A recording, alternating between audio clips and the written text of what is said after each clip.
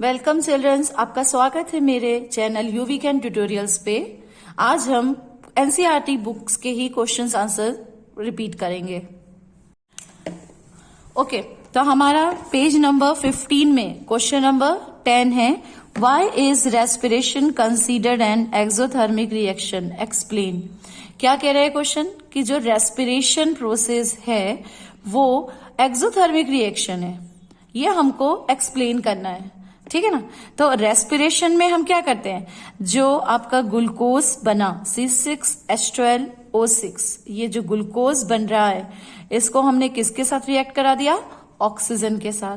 तो हमारा प्रोडक्ट क्या क्या बना, CO2 बन गया, वाटर बन गया और एनर्जी निकल गई, है ना।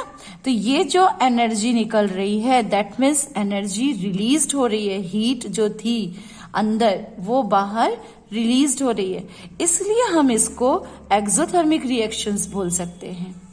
क्लियर, मीन्स क्या हो रहा है, जो आपका ग्लूकोज है वो किस में ब्रेक हो गया, कार्बन डाइऑक्साइड एंड वाटर किसके साथ रिएक्ट करके, ऑक्सीजन के साथ रिएक्ट करके, और क्या फॉर्म करा, एनर्जी। तो एनर्जी रिलीज हो रही है, that means it is a exothermic reaction. अब हमारा क्वेश्चन नंबर 11 है, why are decomposition reactions called the opposite of combination reactions. जैसा कि मेरे अपने पुराने वीडियोस में मैंने बताया हुआ है कि डिकम्पोजिशन रिएक्शन क्या होता है, कॉम्बिनेशन रिएक्शन क्या होता है ना, तो आप उससे भी क्लियर कर सकते हैं। बाकी मैं भी आपको एक बार और रिमाइंड करा देती हूँ कि डिकम्पोजिशन रिएक्शन मीन्स क्या होता है, जिसमें जो भी कंपाउंड है ना, जो भी कंपाउंड है वो अपने कंस्टिट्यूएंट्स में ब्रेक हो रहा है, जिससे जिससे मिलकर वो बना है उससे ब्रेक हो रहा है। तो इसको और कॉम्बिनेशन रिएक्शन होता है कि जिसमें सिंगल टू एलिमेंट्स मिक्स होते हैं और एक न्यू कंपाउंड फॉर्म करते हैं, ठीक है ना, सिंगल कंपाउंड फॉर्म हो रहा है।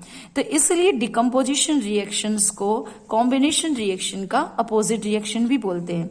अब जैसे आपके पास सिंपल एग्जांपल हो गया H2+O2 give rise to 2H2O। मैंने इसको बैलेंस किया हुआ है कि हाइड्रोजन यहाँ पर 2 2 4, तो हाइड्रोजन यहाँ पर भी 2 2 4 है, ठीक है। बैलेंसिंग करना भी मैं आपको पहले अपने वीडियोज में बता चुकी हूँ।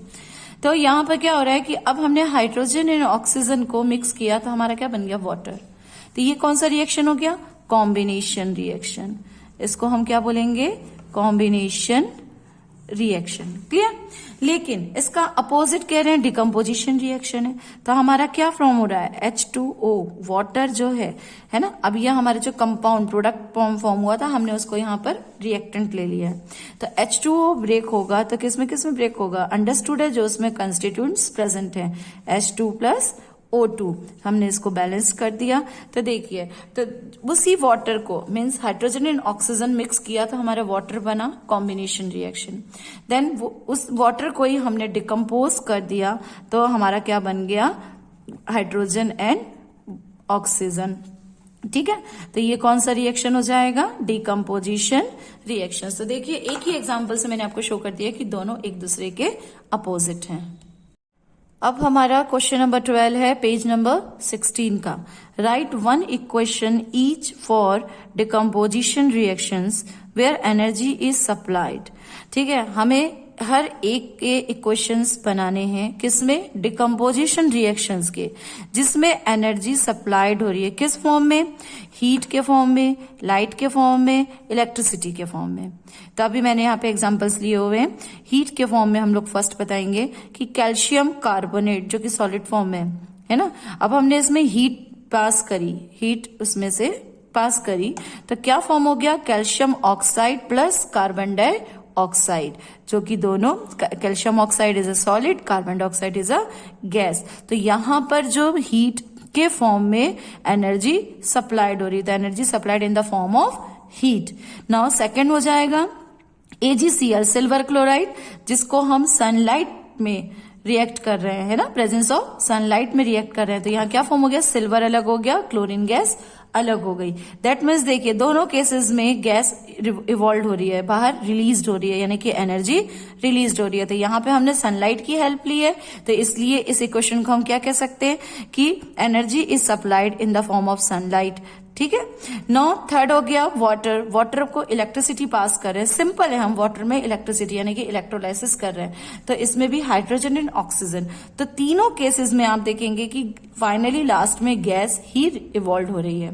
तो इसमें भी इलेक्ट्रिसिटी के थ्रू एनर्जी रिलीज हो रही है। एनर्जी किसके फॉर्म में रिलीज हो रही है? गैस के फॉर्म में रिलीज हो रही है। तो हीट, लाइट एंड इलेक्ट्रिसिटी के तीनों के एग्जाम्पल्स यहाँ पे शो किए हुए हैं। अब हमारा क्वेश्चन नंबर 13 है difference between displacement and double displacement reaction. Displacement means single displacement and double displacement. जैसे कि मैंने अपने पुराने वीडियोस में भी आपको क्लियर किया हुआ है कि सिंगल डिस्प्लेसमेंट मीन्स जिसमें सिंगल एलिमेंट को डिस्प्लेस कर देता है, उसकी पोजीशन ले लेता है। और डबल डिस्प्लेसमेंट क्या होता है कि दोनों साइड के डबल एलिमेंट्स इंटरचेंज होते हैं। ठीक है ना। तो मैंने यहाँ पे एग्जांपल्स के थ्रू भी आपको शो किया हुआ है कि कॉपर सल्फेट प्लस जिंक। तो यहाँ पे देखिए जिंक ने कॉपर की प्लेस ले ली, तो क्या बन गया? Zinc sulphate plus copper. Copper बाहर निकल गया और यहाँ पर क्या फॉर्म हो गया? Zinc sulphate. क्लियर। तो सिंगल एलिमेंट डिस्प्लेस कर रहा है पोजीशन को, तो ये सिंगल डिस्प्लेसमेंट रिएक्शन हो गया। और डबल डिस्प्लेसमेंट रिएक्शन मीन्स क्या हो गया? जिसमें देखिए barium chloride plus sodium sulphate, तो इनसे रिएक्ट होकर के क्या बन रहा है? Barium sulphate plus sodium chloride. तो यहाँ पे बेरियम ने किसकी प्लेस ले ली? सोडियम की प्लेस ले ली। और सोडियम ने किसकी प्लेस ले ली? बेरियम की प्लेस ले ली। ये इंटरचेंज हो गए। तो यहाँ पे डबल एलिमेंट्स की इंटरचेंजिंग हो रही है, इसलिए हम उसको क्या बोलेंगे? Double displacement reaction. अब हमारा क्वेश्चन नंबर 14 है in the refining of silver the recovery of silver from silver nitrate solution. ठीक है। हमें किससे सिल्वर को रिकवरी करनी है, रिफाइन करना है? सिल्वर नाइट्रेट सॉल्यूशन से। और किसके साथ रिएक्ट करना है हमको? उसको कौन डिस्प्लेस कर रहा है? पूरा आपको ये स्टेटमेंट दिया हुआ है। Silver nitrate solution involve displacement bye copper metal. तो यहाँ किसने कौन डिस्प्लेस कर रहा है? कॉपर मेटल सिल्वर को डिस्प्लेस कर रहा है और सिल्वर को फ्री कर दे रहा है। तो हमने उसका ही रिएक्शन बनाया हुआ है कि silver nitrate AgNO3 plus Cu copper give rise to copper nitrate then plus Ag। तो देखिए कॉपर ने डिस्प्लेस कर दिया सिल्वर को, तो सिल्वर फ्री हो गया और उसकी प्लेस को किसने ले लिया? कॉपर ने ले लिया। अब हमारा क्वेश्चन नंबर 15 है कि what do you mean by precipitation reactions, है ना। तो प्रेसिपिटेशन रिएक्शन से क्या समझते हैं? प्रेसिपिटेशन रिएक्शंस क्या होता है बच्चों? जब हम रिएक्शन कर रहे हैं तो पूरे के पूरे केमिकल्स डिसॉल्व नहीं हुए। क्या हुआ? पूरे केमिकल्स डिसॉल्व नहीं हुए, वो प्रेसिपिटेट यानी अनसॉल्युबल पार्ट के फॉर्म में सेपरेट आउट हो जाएंगे। ठीक है, आया समझ में? जब कोई रिएक्शन कंप्लीट होता है तो उसमें से पूरे पार्टिकल्स डिसॉल्व नहीं हो पाते, कुछ पार्टिकल्स अनडिसॉल्व रहते हैं यानी कि अनसॉल्युबल पार्टिकल्स के फॉर्म में सेपरेट आउट हो जाते हैं, तो उसको हम कहते हैं प्रेसिपिटेशन। तो ये जो रिएक्शन के थ्रू कंडक्ट होता है तो इसको हम कहते हैं प्रेसिपिटेशन रिएक्शन, जिसमें मैंने एग्जांपल लिया हुआ है कि silver nitrate plus sodium chloride.